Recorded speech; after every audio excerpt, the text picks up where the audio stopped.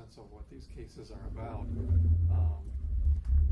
The other thing that you as board members can do is give us some input in terms of what you think isn't there that you need in that file. And that's, would be helpful, I think, to Hector, but also to prosecutions in terms of making certain some of those things are brought to the table in advance. I'm sorry. I was just going to comment like the first. That, I think, is closely related to something else we were talking about this morning as far as the content of the file that's available at Dropbox. And we've noted in the past that not the entire file is available at Dropbox. And that's, been some type of screening.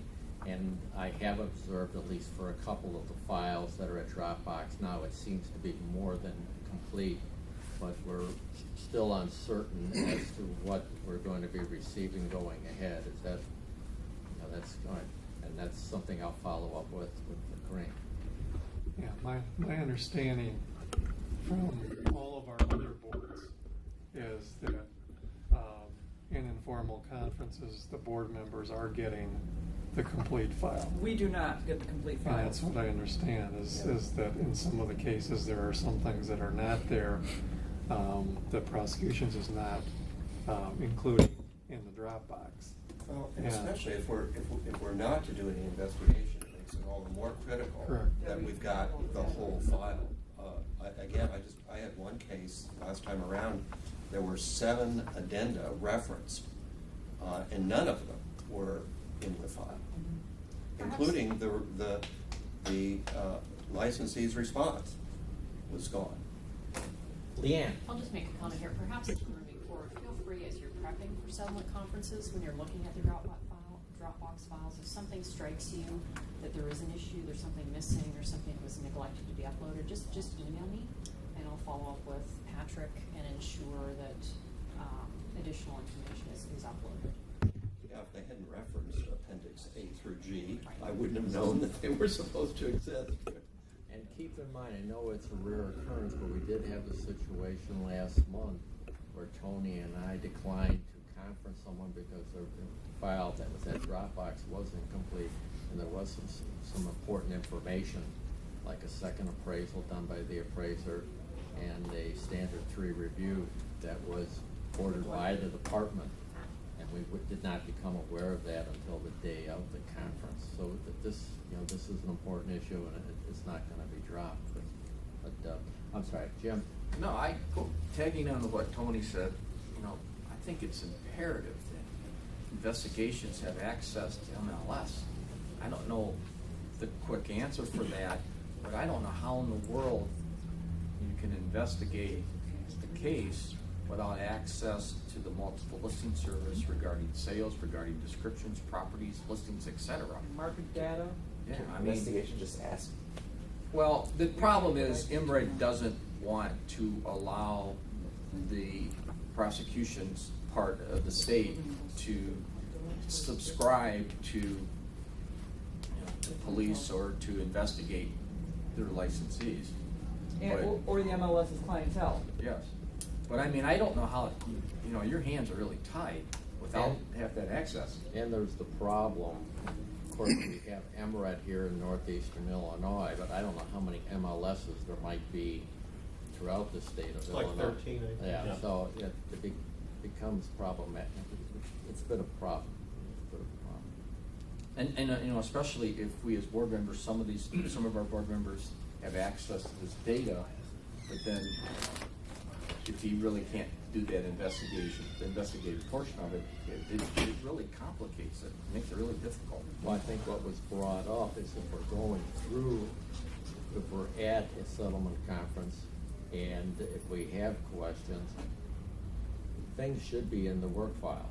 And we're experienced appraisers, and if there's something does seem to be problematic, something that we really have a concern about, we still have that option to carry it over to another time. If it requires a standard 3 at that point, not that there's no way we're going to be doing standard 3s on everything that comes before a settlement conference, but we do have options. Maybe not all the options we want, but we do have options. Who else had something? I saw a hand. Mark, continue on. I just have one more topic that you had suggested, and that is demeanor at the informal hearings. Formal hearings are pretty easy in the sense that they're almost like a trial. I think everybody sort of understands how things are supposed to happen there. An informal is in fact informal, but it's still an official activity of the agency, and we always need to be very professional in how we handle things. Keep in mind that this is somebody's livelihood, so it's they should be serious about it, but we should be serious about it too. And I think it's always very important to keep in mind that as board members, and the same as with prosecutions, is you're being watched and you're being listened to, even when you're not actually involved in the conference itself, but even before or after. Be careful what you say, be careful what you do. Don't give false impressions that either this is not as serious as it ought to be, or that people aren't being given a fair shake in this process. So I think that's something we always try to remind our staff too, that to always be conscious that you're being watched by the public, whether they're out in the waiting room or they're in our offices or in the hearing rooms. Is just kind of be careful how you conduct yourself. You're sort of on stage whether you realize it or not. And that's kind of the end of my list. Hopefully I didn't miss anything, Lee. Excellent, as expected. Anyone else have anything for Mr. Thompson on this topic? Very nicely done, Mark. Thank you. Or Counselor. I apologize.